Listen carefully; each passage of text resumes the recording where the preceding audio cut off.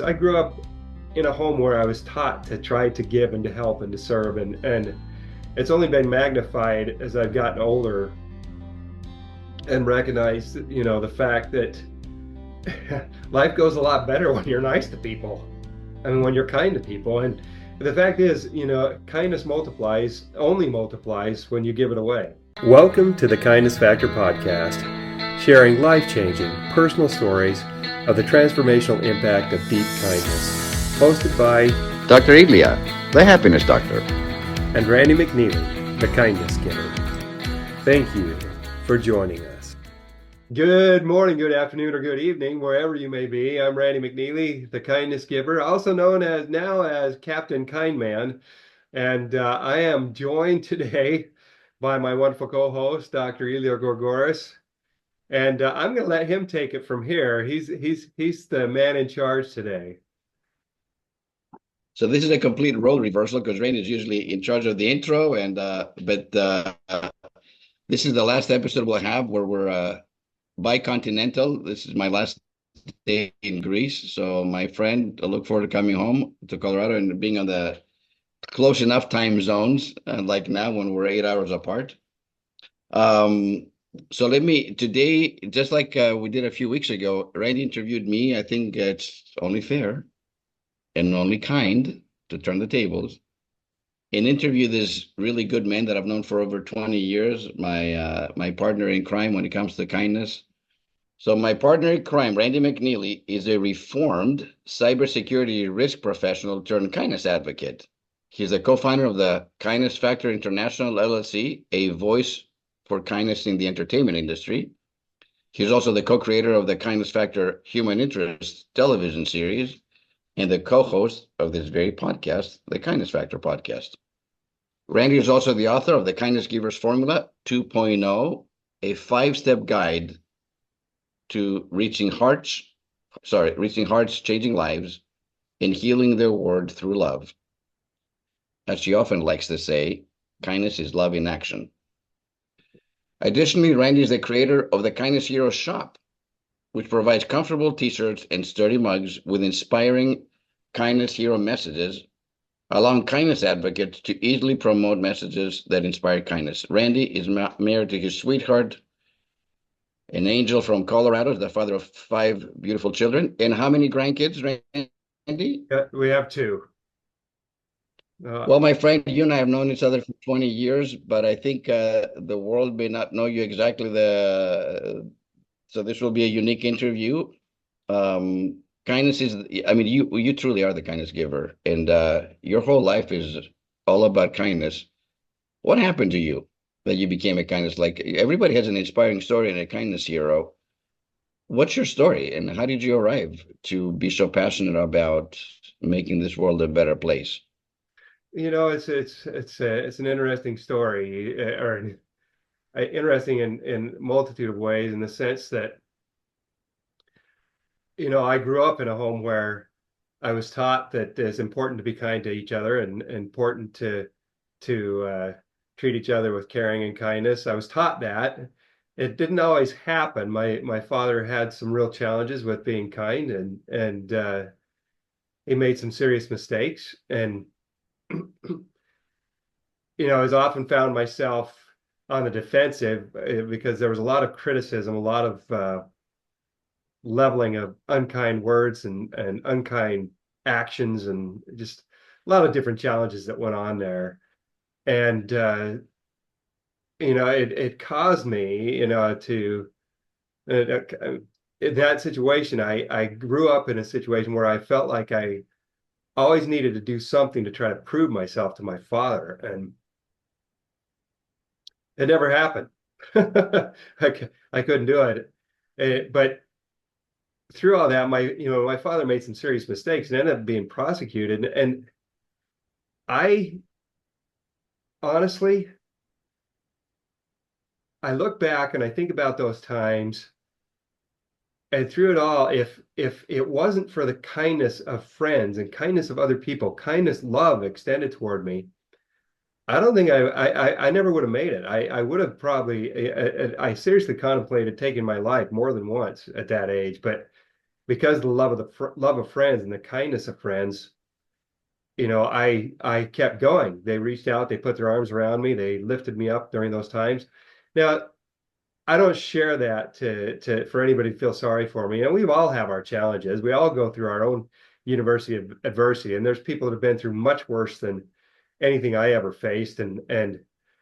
But that's just a kind of a foundational though from where I get the impetus to want to be kind because I was taught to be kind and I didn't necessarily, it wasn't exemplified in my home except for by my dear mother. My mom is, we always ask about a kindness hero. My mom is my kindness hero. Mine too.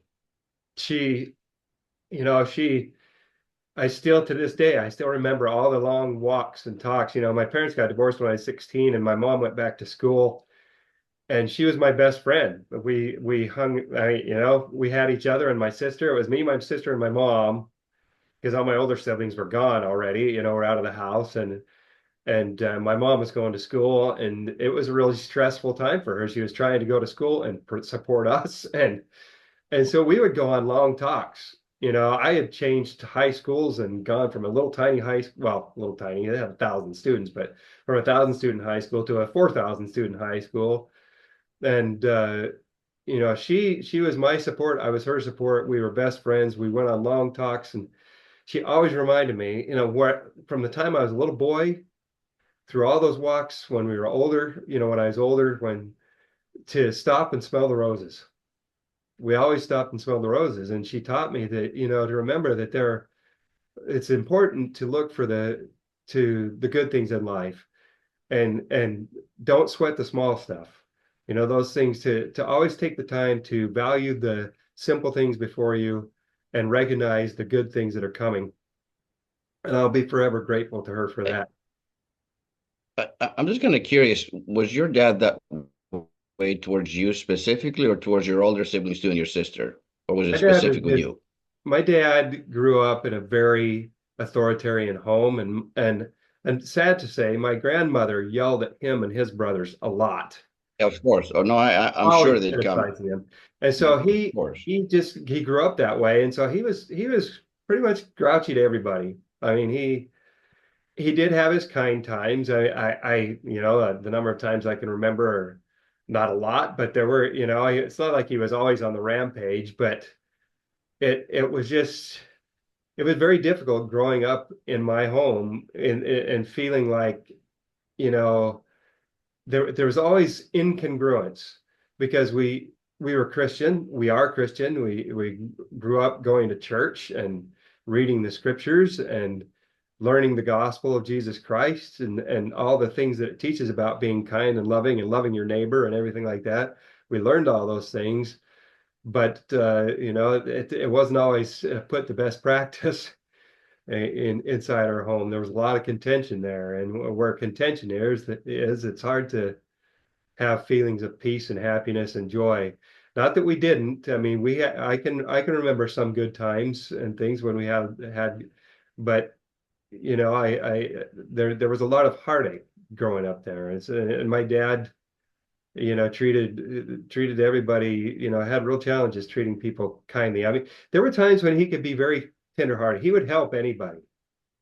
That's one thing I can say. My dad, despite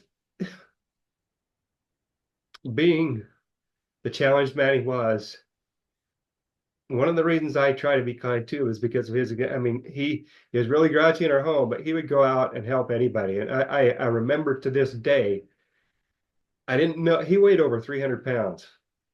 He was a big Oh, man. really? He Wow. always struggled. He was always overweight. But to this day, I will never forget seeing him sprint down the street to help a man who'd just been hit by a motorcycle, just been hit by a car. I didn't know my dad could run that fast. I I can still remember it. We grew a big garden and it was always generous and giving food and fruit and stuff and things away. So I guess I have to remember that because I too often I forget about those things. And just as I'm sorry, I'm getting emotional because that just That's okay. came back to my mind. And my mom was the same way. And so, in that sense, I grew up in a home where I was taught to try to give and to help and to serve, and it's only been magnified as I've gotten older and recognized, the fact that life goes a lot better when you're nice to people. I mean, when you're kind to people. And the fact is, kindness only multiplies when you give it away. It only multiplies when you give it away. And it does. And because I've tried, as I've striven, especially in these last 5 years, since I've really gone on a tear trying to be the kindness advocate, I've, had kindness Well, multiply. let's talk about that actually. Yeah, let's talk about the last 5 years. And you and I just came back from speaking in Palermo, Sicily, at the 11th General Assembly of the World Kindness Movement with leaders from all over the world. So you get to travel and talk about happiness, talk about kindness. You've created this beautiful shop. You should see the t-shirts that he has. I mean, I've got one on let's today. make I'll sure that put we this up. promote the heck out of it. Real man All right, choose let's look. kindness. Real men choose happiness. There you go. Oh, kindness. Kindness. Well, and I could easily just as Real easily men choose make one that says kindness. real men choose happiness because they do. And I've got real women choose kindness. No, but I like the kindness more. It. Yeah. And you, for those of you that are listening, Randy truly lives, breathes, eats, sleeps, wakes up in the morning, and he's so laser focused on spreading kindness in his own community, spreading kindness through church, spreading kindness in parts of the world that often are, this world is in trouble. I mean, we see that all the time. There's so much division, toxicity, negativity, and so on. And what is the antidote? The kindness giver right here, the kindness advocate.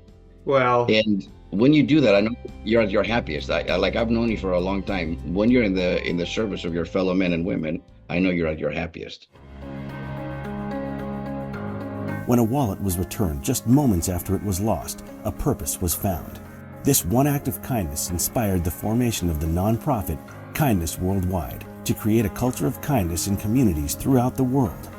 Kindness Week Worldwide mobilized the entire community in York, Pennsylvania, featuring initiatives and playbook programs including blood drives, kindness cards, K-12 and college students embracing kindness, and an innovative means of community policing, kindness citations. If something so magical can happen in York, Pennsylvania, the same and other inspirations can happen anywhere and everywhere. Our Screen Scenes initiative featuring the Kindness Factor will showcase these many stories of kindness. Let's include your community among them. Kindness is the heartbeat of the world. Together, with your support, we can make all its hearts beat as one. well, and I appreciate that. And I want to step back from something you just said because I am the kindness advocate, but I do that because not because I'm anything special, but because the kindness itself, the act of giving kindness, as we know, it's love in action. And what this world needs, that song from the 60s, what the world needs now is love, sweet love. Well, the fact of the matter is it needed it then, it needs it today, and it's going to need it even more tomorrow. And it's I this last 5 years has been quite the journey. I stepped away from a world where I was making, I call myself a reformed cybersecurity risk specialist. I was making really good money. And stepping out and being a kindness advocate, it has been more of a challenge in that direction. And I'm not going to talk about the finances and other things, but it's been an adventure. It's led to some interesting challenges and also opened up a lot of interesting doors. We just had the chance, like you said, we had the opportunity to go to Palermo and to speak at the 11th General Assembly of the World Kindness Movement. Both of us had the opportunities to talk about kindness from different perspectives and the happiness and joy that it brings. And those things wouldn't have happened if I hadn't stepped in 5 years ago into the role of a kindness advocate. And we both, and think about it, we had a chance to rub shoulders with some tremendous people from different countries, people with all from all different walks of life, and yet we all have this one overarching um, unifier. And the fact is that we're all striving to bring greater love into this world by spreading kindness. And it's been an interesting journey getting here, but I'm grateful that I took the step to do it. And I have to personally thank you because I'm on the receiving end of your kindness on a weekly basis, just because of the people you have found over the years for the show and the people that you've introduced me to. And my life has not been the same as a result of that. There's so many wonderful people that you have an uncanny ability to connect people around the kindness sphere. And it's growing. We're not in the same place we were a year ago. Obviously, we have a great partnership with Kindness Worldwide, and that's going to continue to grow. Well, I think about that. I mean, Kevin Smith, the founder of Kindness Worldwide, saw a post that I did on LinkedIn last December. And he reached out to me and said, "Hey, would you like to have a conversation?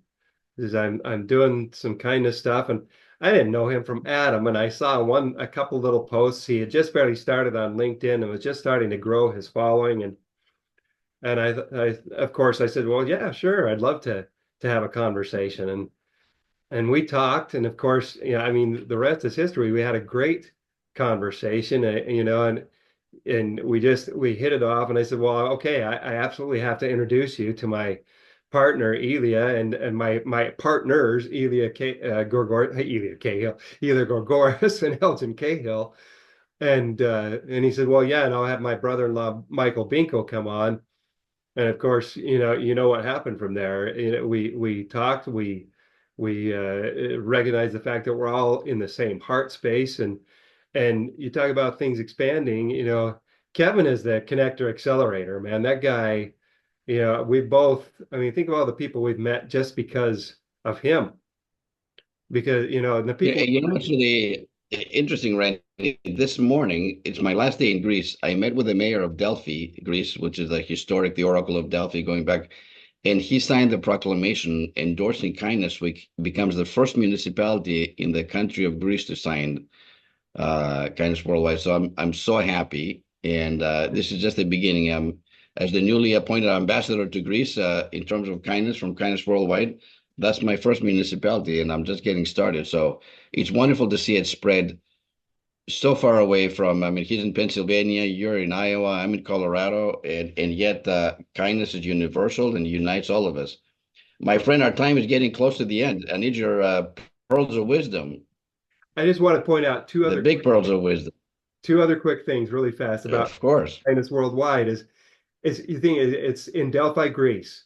We've got two wonderful ambassadors now in Australia. We've got an ambassador in Egypt. We've got Australia. an ambassador in Nigeria, and we've got ambassadors, in multiple places in the United States. Kindness Worldwide is growing. Kindness Week Worldwide is on November 9th through the 16th. It's coming up. Great things are coming. So just the kindness wave is rising, and we invite you to join us and catch it with us. Okay, so 3 pearls of wisdom. 1, every day, remember to be kind to yourself. Treat yourself with kindness. That's so important. Why did you pick that as number 1, Randy? That's really important. Why did you pick that as number 1? Because without kindness to ourselves, it's really hard to be kind to anybody else. If I am constantly having boxing matches with myself in my head, beating myself up, it's really hard for me to be able to focus have an outward focus and see and feel the needs that somebody else has. And also our body, our mind, they are our production capacity. If we're not taking care of ourselves, our production capacity is going to go kaput. Just like, you don't take care of your car, what happens to your car? Your car dies. Same thing with your body and your mind and your spirit. And so if you're going to be able to... Right, kindness to self is number 1. Yep. So the next thing so I said kindness to self is number 1. Next thing is look for and act on opportunities to be kind every day. You never know when you might be able to be an instrument in bringing joy and happiness to somebody else's life. And also, the third thing is pay attention to the nudges. Literally, 15 minutes before I got on this call with you, I was sitting at my computer and I had a nudge. This friend needs your prayers now.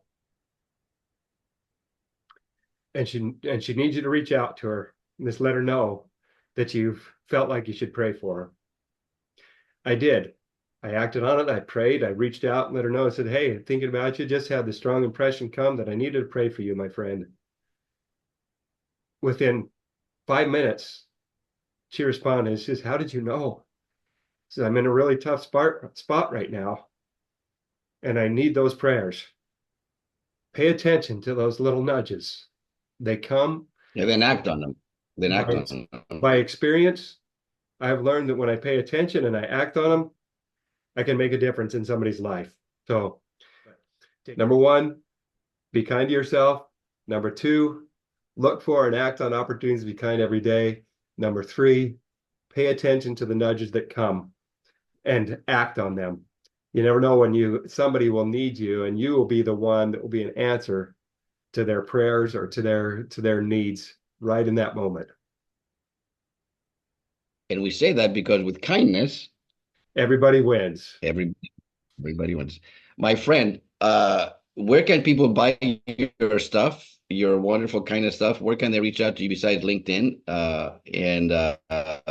I can't wait to see you. I'm coming home in like literally less than 48 hours. I'll be back in the US.